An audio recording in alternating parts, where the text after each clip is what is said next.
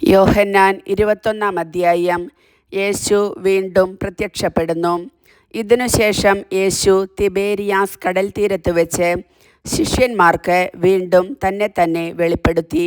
അവൻ വെളിപ്പെടുത്തിയത് ഇപ്രകാരമാണ്: ശിമയോൻ പത്രോസ്, ദിദിമോസ് എന്ന് വിളിക്കപ്പെടുന്ന തോമസ്, ഗലീലിയിലെ കാനായിൽ നിന്നുള്ള നഥാനയേൽ, സെബദിയുടെ പുത്രന്മാർ എന്നിവരും വേറെ 2 ശിഷ്യന്മാരും ഒരുമിച്ചിരിക്കുകയായിരുന്നു. ശിമയോൻ പത്രോസ് പറഞ്ഞു, ഞാൻ മീൻ പിടിക്കാൻ പോകുകയാണ്. അവർ പറഞ്ഞു, ഞങ്ങളും നിന്നോടുകൂടെ വരുന്നു. അവർ പോയി വള്ളത്തിൽ കയറി. എന്നാൽ ആ രാത്രിയിൽ അവർക്ക് ഒന്നും കിട്ടിയില്ല. ഉഷസ്സായപ്പോൾ യേശു കടൽക്കരയിൽ വന്നു നിന്നു. എന്നാൽ അത് യേശുവാണെന്ന് ശിഷ്യന്മാർ അറിഞ്ഞില്ല. യേശു അവരോട് ചോദിച്ചു, കുഞ്ഞുങ്ങളെ, നിങ്ങളുടെ അടുക്കൽ മീൻ വല്ലതുമുണ്ടോ? ഇല്ല എന്ന് അവർ ഉത്തരം പറഞ്ഞു. അവൻ പറഞ്ഞു, വള്ളത്തിൻ്റെ വലത്തുവശത്ത് വലയിടുക, അപ്പോൾ നിങ്ങൾക്ക് കിട്ടും. അവർ വലയിട്ടു. അപ്പോൾ വലയിലകപ്പെട്ട മത്സ്യത്തിൻ്റെ ആധിക്യം നിമിത്തം അത് വലിച്ചു കയറ്റാൻ അവർക്ക് കഴിഞ്ഞില്ല. യേശു സ്നേഹിച്ചിരുന്ന ആ ശിഷ്യൻ പത്രോസിനോട് പറഞ്ഞു, അത് കർത്താവാണ്. അത് കർത്താവാണെന്ന് കേട്ടപ്പോൾ ശിമയോൻ പത്രോസ് താൻ നഗ്നനായിരുന്നതുകൊണ്ട് പുറങ്കുപ്പായം എടുത്തു ധരിച്ച് കടലിലേക്ക് ചാടി. എന്നാൽ മറ്റു ശിഷ്യന്മാർ മീൻ നിറഞ്ഞ വലയും വലിച്ചുകൊണ്ട് വള്ളത്തിൽ തന്നെ വന്നു. അവർ കരയിൽ നിന്ന് ഏകദേശം 200 മുഴത്തിലധികം അകലെയല്ലായിരുന്നു. കരയ്ക്കിറങ്ങിയപ്പോൾ തീ കൂട്ടിയിരിക്കുന്നതും അതിൽ മീൻ വച്ചിരിക്കുന്നതും അപ്പവും അവർ കണ്ടു.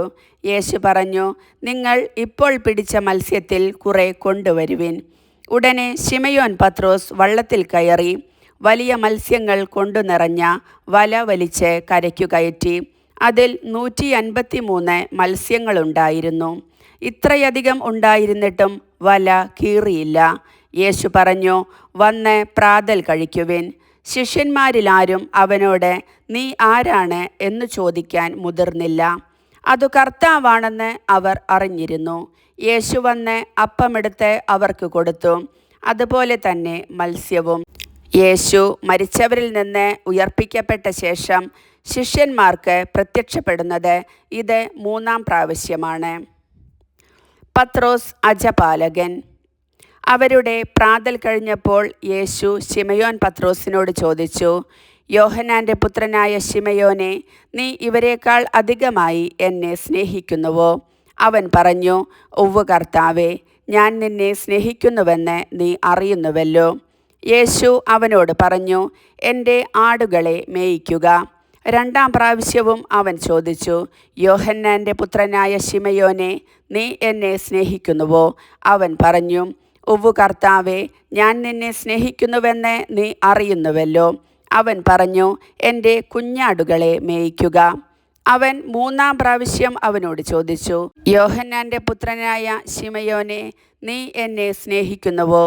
തന്നോട് 3-ാം പ്രാവശ്യവും നീ എന്നെ സ്നേഹിക്കുന്നുവോ എന്ന് അവൻ ചോദിച്ചതു കേട്ട് പത്രോസ് ദുഃഖിതനായി. അവൻ പറഞ്ഞു, കർത്താവേ, നീ എല്ലാം അറിയുന്നു. ഞാൻ നിന്നെ സ്നേഹിക്കുന്നുവെന്നും നീ അറിയുന്നു. യേശു പറഞ്ഞു, എൻ്റെ കുഞ്ഞാടുകളെ മേയിക്കുക.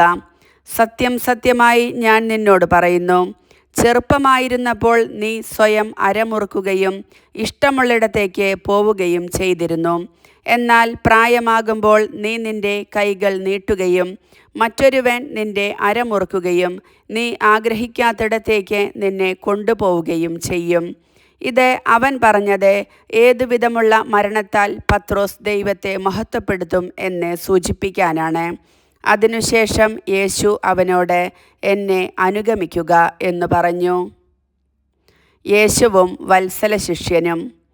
പത്രോസ് തിരിഞ്ഞു നോക്കിയപ്പോൾ യേശു സ്നേഹിച്ചിരുന്ന ആ ശിഷ്യൻ പിന്നാലെ വരുന്നത് കണ്ടു.